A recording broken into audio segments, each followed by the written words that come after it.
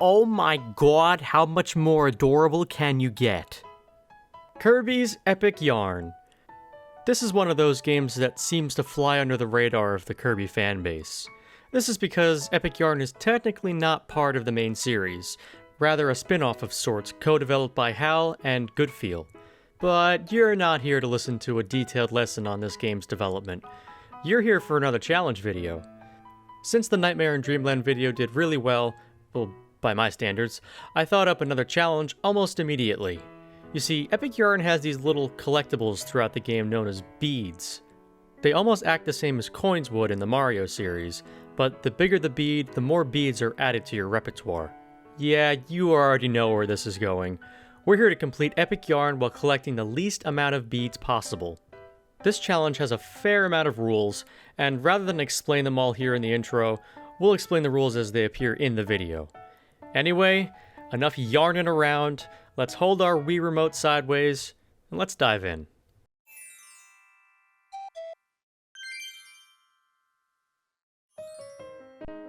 Let's start the challenge with Patch Castle, the tutorial level of this game. As soon as we start moving, we come across our first set of beads, which seem to be blocking the path. However, in this game, we can perform really short jumps that just barely clear the hitbox of the beads. Moving along, we can see that throwing objects at enemies will cause beads to shoot out everywhere. We'll be avoiding this as much as possible, but if we wait long enough, the beads do disappear. Next up, we're faced with our first impassable beads. Since Kirby cannot fly in this game, ladders going up are not optional and must be climbed. We can, however, skip the first two beads by jumping. After that is a door where we go behind the fabric of the level, with some pesky beads in the background. If Kirby lands on the very edge of these platforms, all the beads can be avoided. What can't be avoided are all these beads near this swingable button. Yeah, so the game wants us to swing off this button and jump to the high platform ahead. Well, the beads are placed directly in the trajectory of Kirby's jump, so we must get them all. And 2 feet ahead are some more beads encased in solid blocks. The only way to break them is to ground pound them, which also collects the beads. The last bead gain of the level is within this line right here. If we jump at just the right angle, we only need to collect 1. Up ahead is the goal, and we end off the first level with 49 beads in our pocket. After we leave Patch Castle, this dude with a floppy mustache wants us to decorate our apartment or something. We're just going to pretend he doesn't exist. And now, the game properly starts. Wait, pause. You see that bead counter up there? Yeah, pretend it doesn't exist. If we collect beads in a level, the game adds a streak bonus to your total, which adds more beads. This challenge is only about collecting beads within levels, so I'll have a global counter on the screen at all times detailing our true total. Okay, we can resume. World 1, Grassland.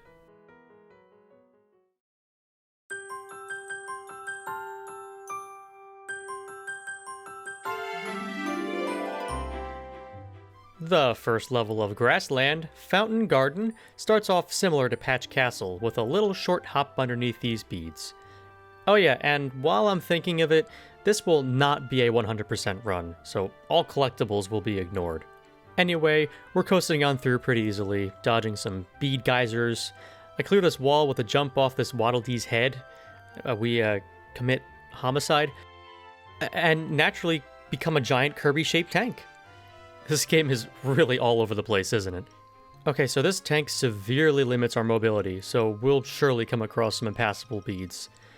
Yep, yeah, that was fast. Oh, getting hit means we lose our beads. Okay, rule time. If we have beads collected and we get hit, we must recollect all the beads that we drop. If they fall down a pit or despawn, we must start over. Collecting beads and losing them by damage seems like the coward's way out, so if you lose them, you got to start over. Alright, back to the tank ride. Being careful not to pick up any beads from deceased Brontoberts, we have more impassable beads here. However, one can be skipped since I can barely just glide over it. Another 3 right here, and this star thing right here, which is worth 100 beads. Oh, okay, well, we'll be avoiding these at all cost. However, it is unavoidable here. We unravel our tank and proceed to the exit with a gain of 180 beads and a total of 229. Flower Field's main gimmick are these spinning flowers that spawn beads if we run over them. These are very easy to avoid though. We float up on this little dandelion, swim through a friendly little lake, and become a UFO, naturally.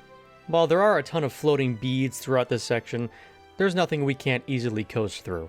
We unravel the UFO, ring the goal bell, and celebrate our first beadless level of the run.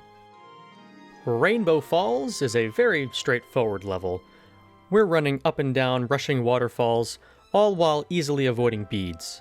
Towards the end of the level, we have our next transformation, Surfing Kirby. We hop over the occasional line of beads, reach the end, and ring the bell.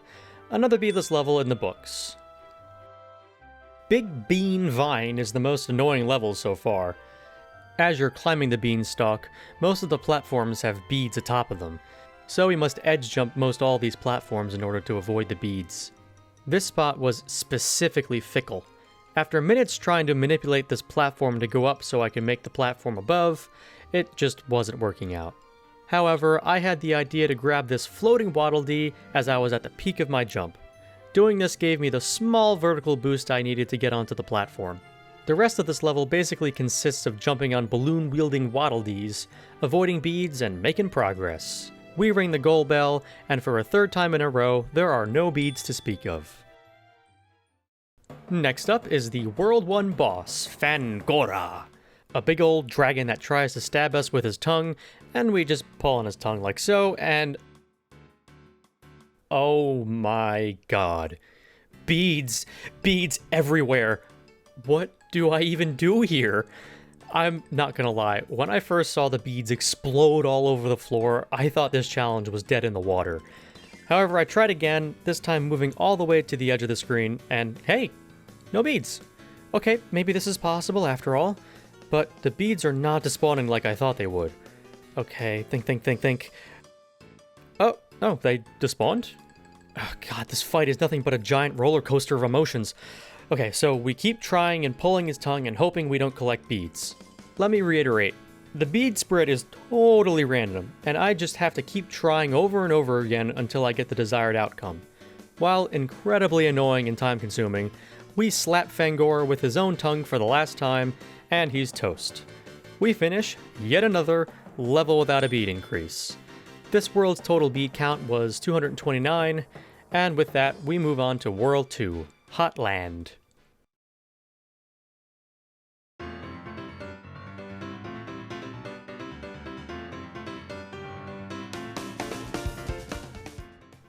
Our first obstacle here in Pyramid Sands is this sand tornado. While it kept pulling me to the top, I was able to get a running start and avoid the beads. After trekking through more tornadoes and quicksand, we get transformed into an ATV and are placed into some sort of racing environment, however winning is totally optional. In this ATV joyride, there are two instances of unavoidable beads, one driving over the top of this hill as well as this hill here. Other than that, we finish up the race, ring the bell, and finish the level. We picked up 6 beads, making our new total 235. Lava Landing is our second level of World 2, and features some toggleable volcanoes, some blarg-looking knockoffs, and, oh yeah, lava. It's all peaches and cream until we get to... what is that supposed to be, intestines? Well, we have to slither our way through this tight passage and collect some beads. On the other side here is another new ability. A little fire truck, oh! Well, the fire truck's main purpose is to put out the geysers of fire coming from the ceiling and the floor. I feel like I'm explaining something to like a little child. If you put the geyser out completely, some beads will spawn, so I just have to be careful. All good things must come to an end though, and the level finishes off with another slither section, more tight platforming, and a row of beads. With no way around them, we collect them and ring the bell. This level gave us 34 beads, totaling 269. Oh hey, more intestines. Yep, that's how Cool Cave starts. Immediate bead baggage. Ahead is one of the more tricky parts of this challenge. I need to raise this floor up like so and jump onto the platform right here. I toyed with this for a few minutes and noticed the beads on the ground were slowly moving away from the tip of the raised floor. So I kept raising and lowering the mound, and eventually the beads were a non-issue. Now I just need to carefully platform over the beads up here, and I'm golden. It's easier said than done, but it is possible. We pick up a bead here falling through the floor, go through some more Okay, dude, these are totally intestines. Anyways, there is a path that is beadless, and we take it. After dodging some falling stalagmites, we come to another transformation. Man, I do not remember there being this many transformations in this game. Anyhow, Kirby plows some cotton with... Whoa. Well, that sounded really bad. Kirby digs through some cotton... Yeah, nope, that doesn't sound right either. Kirby digs. He digs and digs and digs. No beads to be found here. As we reach the bell and add up our new total, we gain 15 beads in this level, reaching 284 beans. Beans? No, not beans. Beads. Next up, Dino Jungle, is the level that caused me actual physical pain. You'll see why in a second, but as you could probably tell, this level is dinosaur themed. But these gentle beasts aren't here to hurt us. We use them as leverage and platforms to traverse the level. Except when they betray you. Yeah, so this moving dino platform squeezes under a floating platform with beads on it. There is, however, water down below, but there is a strong current pushing us back the direction we came from. Well, if you mash, and I mean mash, the swim button, you'll slowly become faster than the current and are able to swim to the other side. Some of these stretches of land were long, though, and mashing the swim button for more than 5 seconds absolutely burned my forearm. After getting carpal tunnel syndrome, we unravel a denim waterfall that spawns beads. These beans may seem impassable, but if we wait just 10 seconds, they actually despawn. Do this with a few more Gene waterfalls, and this level is done for. And hey, no beads. We love to see it. On to World 2's boss, Hot Wings. Remember how all the beads spread everywhere when we fought Fangora? Yeah, this is about 100 times worse. In order to deal damage to Hot Wings, we need to hit him twice in a row, once with a projectile, and once by slinging him to the side of the screen. This, in turn, creates double the beads on the floor, making this boss fight incredibly luck dependent. Luckily, I was able to use save states to help me out with that, and after about 100 retries, Hot Wings is somebody else's problem now. We end the fight with no beads, and going into Treatland, we have 284 beads.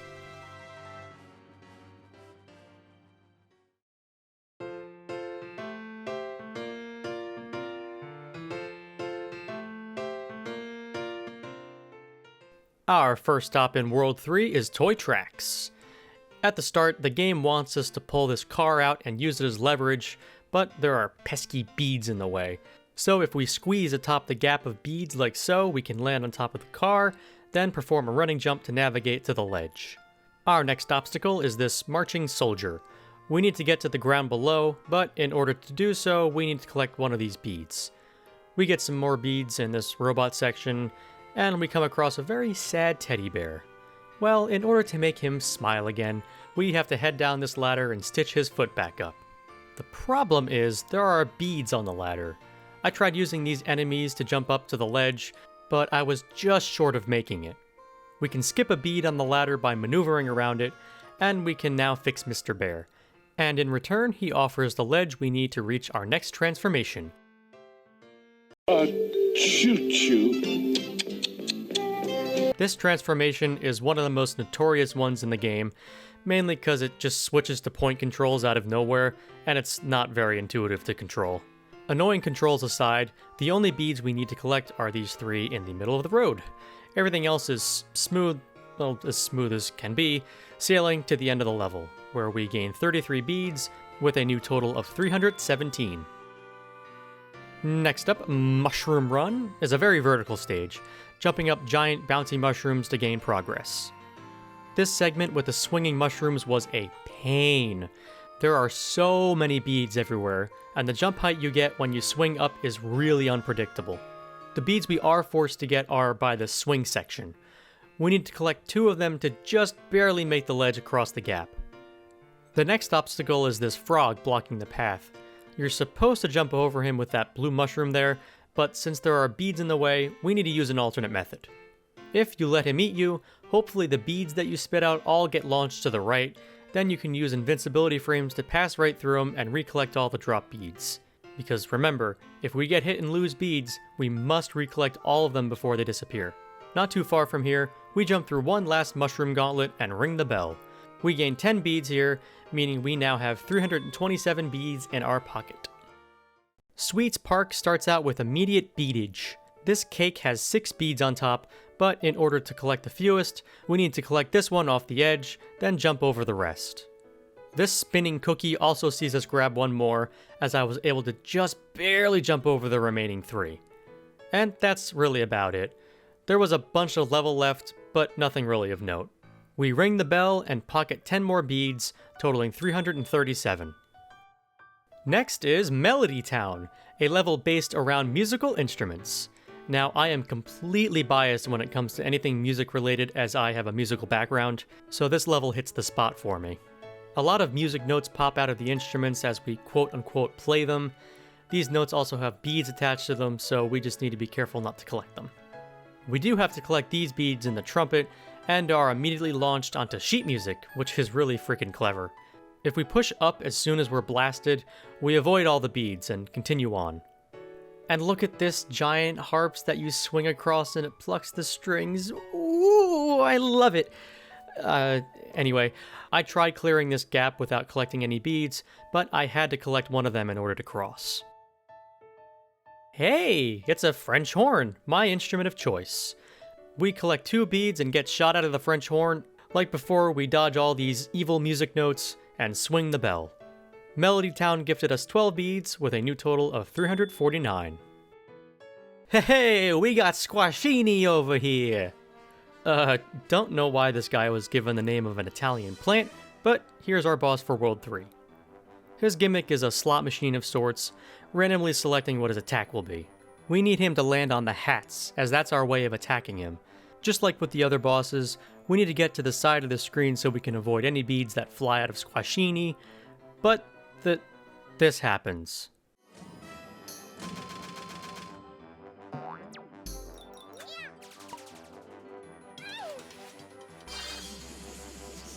Yeah, so after every attack, he lands on ropes, which puts us into a bomb and makes us collect any beads underneath the bomb.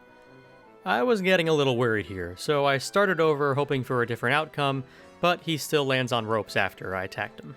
Crap! Wait, what? Now I didn't collect any beads?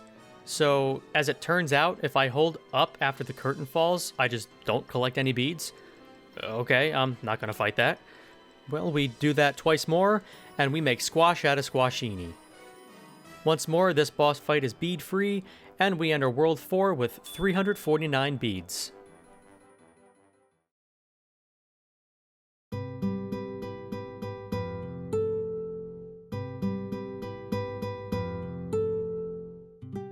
Our first level of Waterland, Splash Beach, is a nice relaxing night on the shore.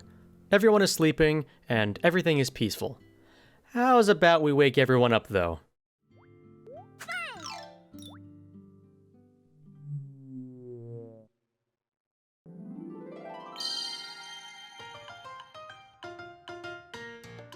Yeah, this is probably my favorite little cutscene in this game.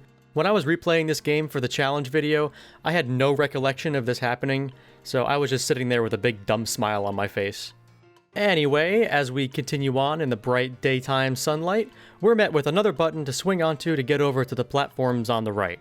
There are a group of beads here just asking to be collected, but with some finagling, we can skip right past them. However, this group of beads is a bit more of a problem. The most efficient way I could do this was to collect 1 bead here, and then 2 more as I was jumping down the pit. After surfing through some big yarny waves, and of course dodging those big bad beads, we reach the bell and score 15 more beads, bringing the total to 364. Blub Blub Ocean features lots and lots of swimming. Who would have guessed with a level named Blub Blub Ocean and a world named Waterland? The tricky part here is this conflicting riptide that pulls and pushes Kirby into some beads. If we position ourselves right in between the 2 riptides, we avoid all the beads. Oh, and guess what time it is? Transformation time! And Kirby is now a dolphin. Ain't that swell? Immediately, we're met with a wall of beads. Collecting 2 of them, we learn that the dolphin transformation makes Kirby super agile in the water, and is giving my carpal tunnels a rest. But other than a few annoyingly placed enemies, it's time we put this level to rest. We gained 20 beads here, and our new total is now 384. Next up is Secret Island, which isn't really a secret at all. I mean, it's not even a hidden or bonus level. Interesting naming choice aside, this level has us going in and out of the background a bunch, and dealing with more problematic ladders. Yeah, so a bunch of these ladders have beads on them like seen a few times before. The most efficient way I could get past the ladders was by landing on the bottom of the ladder, collecting 2 beads here, and another 2 on this ladder. Immediately after the ladder fiasco is a pit we must fall through, and a bunch more unavoidable beads to obtain. Later on, we ride atop these flying squirrels? I'm not too sure what they are, but yeah, we collect 1 more bead to get onto the ledge here, and finish off the level. We collected 48 beads here, now totaling 432. Our last stop in World 4 is Deep Dive Deep. And if you thought there were a lot of underwater sections before, well, this level is 99% water. We carefully dodge some electric eels with beads on their tails. We have fiery volcanoes underwater. Makes sense. We get chased by an enormous anglerfish that is the absolute stuff of nightmares. After becoming a dolphin again, this row of beads blocks our path, and we must collect all but 1 of them in order to pass. I tried jumping over some of the beads when I landed on the ship, but when you're Dolphin Kirby, you're unable to jump at all on land. Another quick chase with the anglerfish, and we reach the end. We gained 25 beads in Deep Dive Deep, and now we have a grand total of 457. Our boss for Waterland is Capamari. Get it? 'Cause he's a squid with a hat on? Since this fight is underwater, it is much easier to dodge the falling beads when attacking the boss. After we strip his hat away, he plays peekaboo with us for a little while, we yeet his own kin right back at him, and Capamari is no more. The next world, Snowland, is on the horizon, and we finish World 4 with a grand total of 457 beads.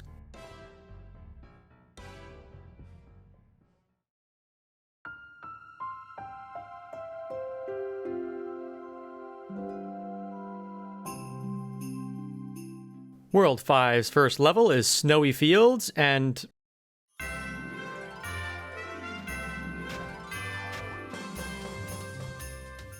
my god, the music is good here.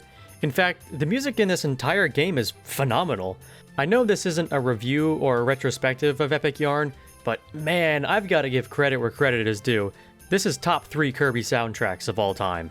This song perfectly encapsulates the feelings of a brisk, snowy winter's day, and that is exactly the type of level we're running through. We've got little Waddle Dees making cotton snowballs, snow falling in the air, and some blocks with beads in them. Oh yeah, we're doing a challenge video here, aren't we? Beads, that's right, we're avoiding beads. Well, not these 2 though, as we need to collect them in order to continue on, as well as these 5 a little later on. After hitching a ride inside a snowball, we reach the bell and add 7 beads to the total, making 464. Next up is Cozy Cabin, one of my favorite levels in a casual playthrough of Epic Yarn. When it comes to this challenge, however, it's not very fun. I'll just go ahead and rapid fire all the beads we must collect here.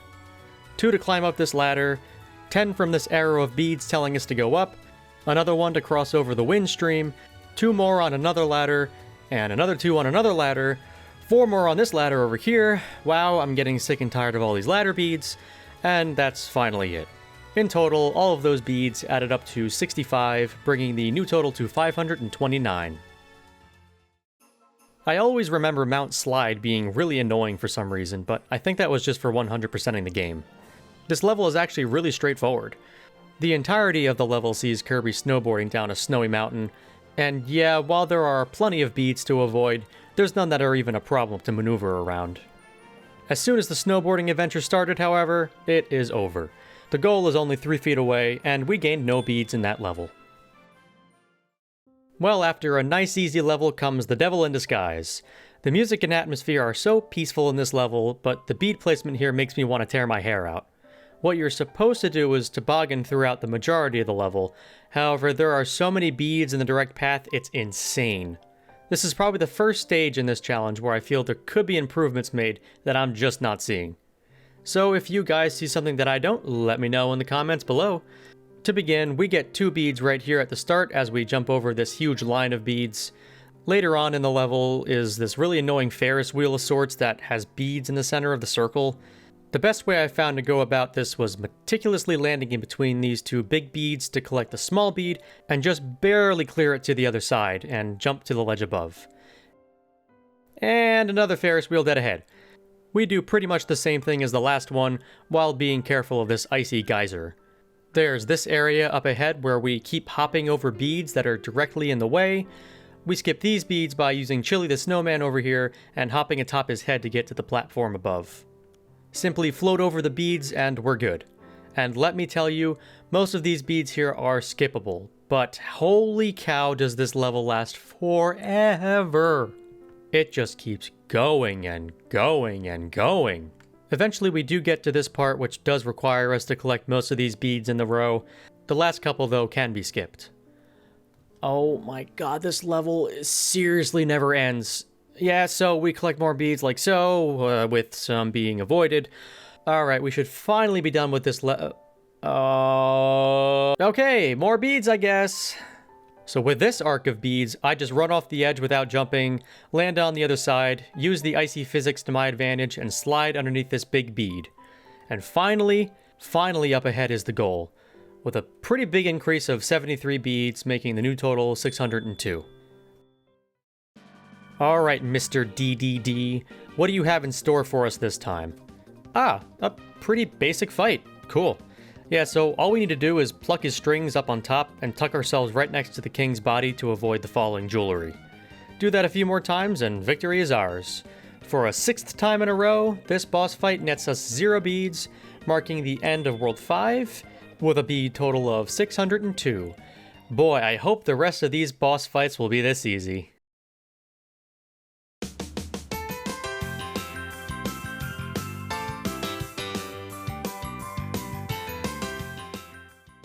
Okie dokie, first stop of World 6, Future City. And yeah, this level sucks. This level mainly sees us riding on top of a roller coaster of some kind, and there are beads everywhere. With there being no ground below, these roller coasters are not optional. Listen, this is probably the most subjective level in the entire game, so I'm just gonna skip to the end, because this level makes me angry just looking at it. Actually, I lied. Sorry, not sorry. I know this video is probably almost over, but I do have another rule to discuss. Watch what happens to the counter when I collect these beads. Yeah, so it just went up by 50 seemingly out of nowhere. Well, that's because the streak thingy gives you a bonus after you hit a certain threshold. Well, this threshold just so happens to be a 50 bead bonus. Being these are not beads that I actually picked up in the level, we won't be counting them, and I'll be deducting 50 beads from the total at the end of the level. Speaking of the end of the level, here we are. Subtracting 50 from our total, we gained 53 beads in Future City, totaling 655 beads. So, Tube Town is next, and you can probably tell how enthused I am to dive into this level. Yeah, sneering aside, this level is incredibly confusing to navigate when doing this challenge. If I were to detail every bead gained in this level, this video would probably be half an hour longer than it already is, so I'll just give you guys the spark notes. Beads, beads, beads, intestines, intestines, beads, beads. This level is making me nauseous. Oh, thank God, the end. Listen, I'm not showing absolutely everything here, but some of these levels are so long and convoluted, it would just be too boring to watch. Hopefully the upcoming levels won't be so tedious. Anyways, we do eventually make it to the end with a 137 increase, making the total 792 beads. Next up, we have Mysterious UFO, and while it's not a level shrouded in mystery as the name would imply, it is unique. This level has us switching from normal gravity to zero gravity, and I always found this level fun to play around in. As for beads, however, we start by getting this big one here, as well as this one here, After turning the gravity back to normal, we have more blocks to smash through, collecting 2 more smaller beads. I did try to wait this bead out, but it just wasn't despawning, so both must be collected. Next up is a section with horizontally moving platforms where we need to collect a row of beads by crouching under this low ceiling, falling down over here to turn the gravity off, and... oh no. Remember that star bead from the first world? Yeah, those bad boys are worth a whopping 100 beads. Maybe there's another way out? Maybe jumping up the way we came? No. The ceiling is being blocked by an electric floor. I'm pretty sure we have no other option but to collect this monstrosity. Okay, let's finish off this level. We have more blocks to break here, as well as here, and we're finally at the bell. We gained a whopping total of 182 beads, increasing the total to 974. Hey, we actually have a level that's kind of fun for this challenge.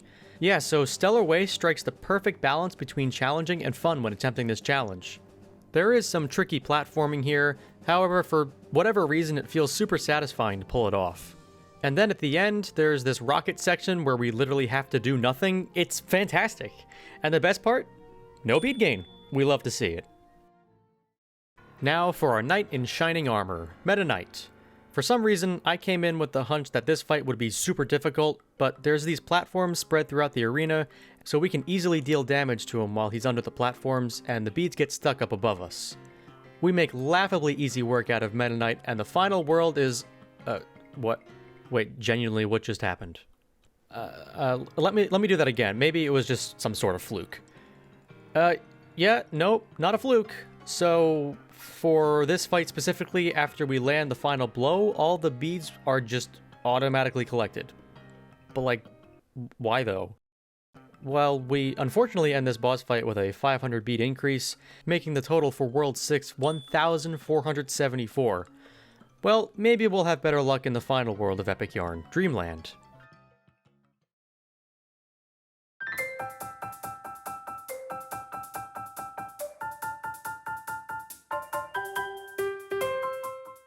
Kinda weird seeing Dreamland as the final world in a Kirby game. Usually that's our starting off point, but that's beside the point. The first bead to collect here in Wispy's Forest is this one on the edge of this platform, so we can make a running jump over the rest of the row.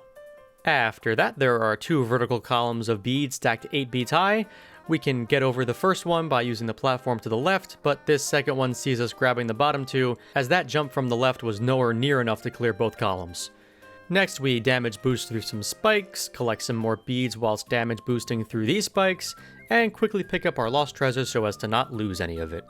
We also have a handful of itsy bitsy little beads to collect in this jumpy section.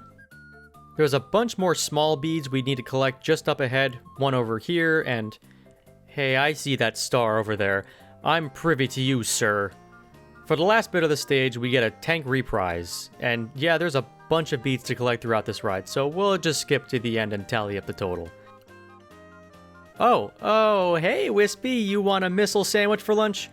I guess not. Alright, let's get out of here.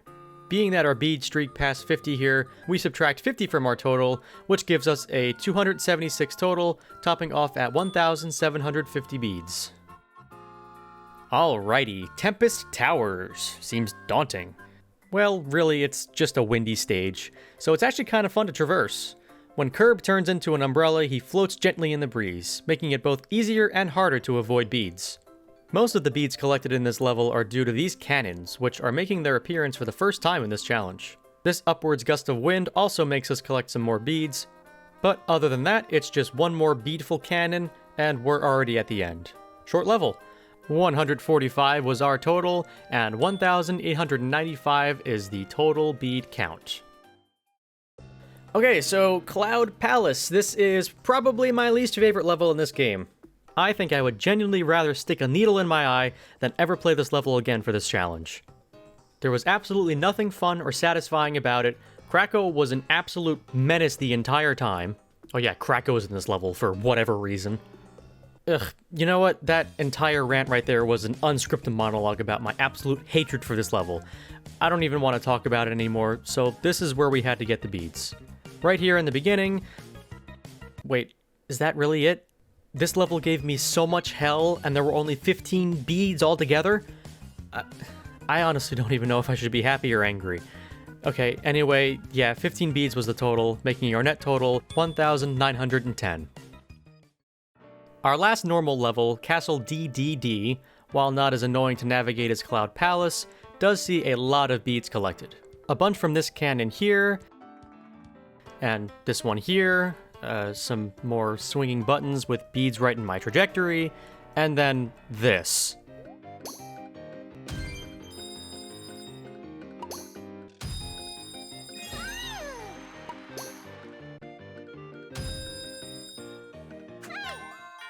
Okay, I never want to see another cannon ever again. So we got 2 streak bonuses in this level. The first one giving us 50 excess beads, and the second giving us an additional 150 excess beads, meaning we need to knock off 200 off our total, meaning our true final bead count for Castle DDD is 725, grand totaling 2,635. Okay, the final boss. Yin Yarn, how bad can it be? Right? Well, the first portion of this fight sees us refighting a bunch of bosses we've already fought in the previous worlds. Being we know this is already possible to do without picking up any beads, we'll just skip over it. The true boss finally emerges, and he's really just like any of the other bosses. We've just got to get lucky and hope no beads land on our head. And just like that, we hurl him to the edge of the screen, and oh my god, the challenge is over. Let's see Kirby do his final victory dance as a celebration.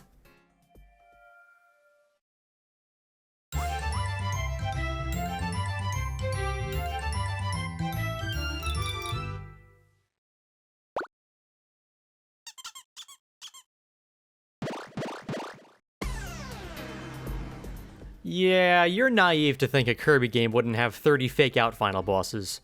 But this guy is a problem. And when I say a problem, I don't mean, oh, he makes us collect a few hundred beads, oh, eh. No, this is the problem.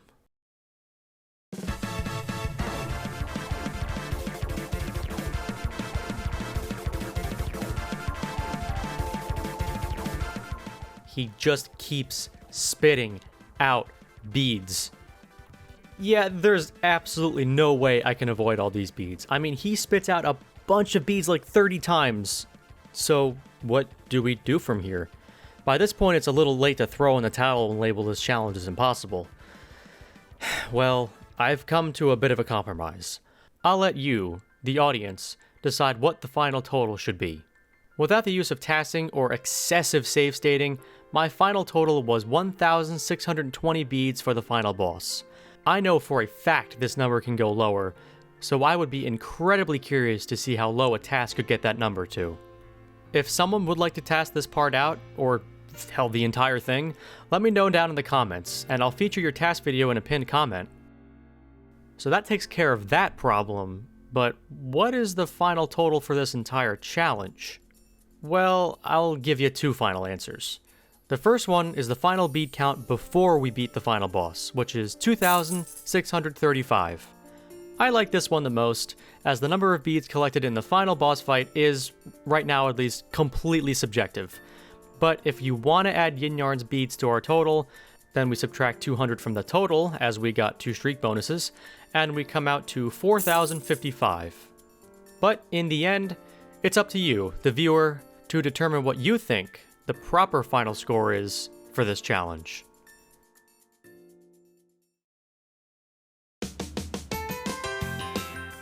Hey there, thanks for watching.